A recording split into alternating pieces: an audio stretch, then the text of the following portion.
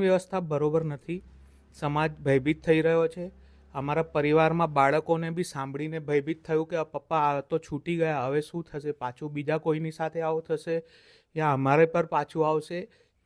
મારા પરિવારમાંથી 3 બાળકો હતા. મારો બાબો વિકાસ કેવલાની, ભાઈનો બાબો જયેશ કેવલાની, મારી બેબી કોમલ કેવલાની.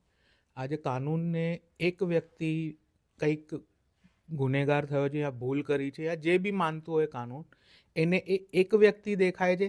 સમાજમાં બીજા 7 વ્યક્તિઓ જે હાનિગ્રસ્ત થયા છે, જે રેસ્ટ હજુ પણ મારા બાળકો 2 બાળકો ઓન બેડ છે, હજુ ચાલવા યોગ્ય નથી થાય, એ એમને નથી દેખાતું. સમાજ પ્રત્યે શું જાય છે? આ એવી મેસેજ જાય છે કે તમે આ સંસારમાં, આપણા દેશમાં તમે કોઈ બી ગુનો કરીને જામીન લઈને તમે મુક્તપણે ફરી શકો છો.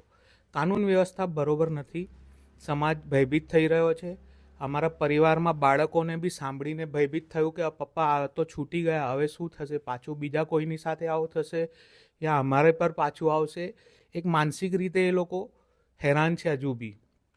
તો કાનૂન વ્યવસ્થાને ખાલી એક બાળકે જે ભૂલ કરી છે એ જ દેખાય છે, બાકીના 3 બાળકો મારા નથી દેખાતા.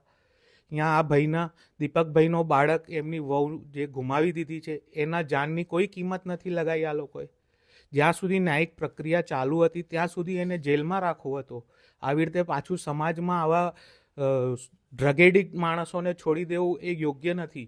કાનૂને જે આ કાર્યવાહી કરી છે યા આ જે બંધારણ છે એ યોગ્ય નથી.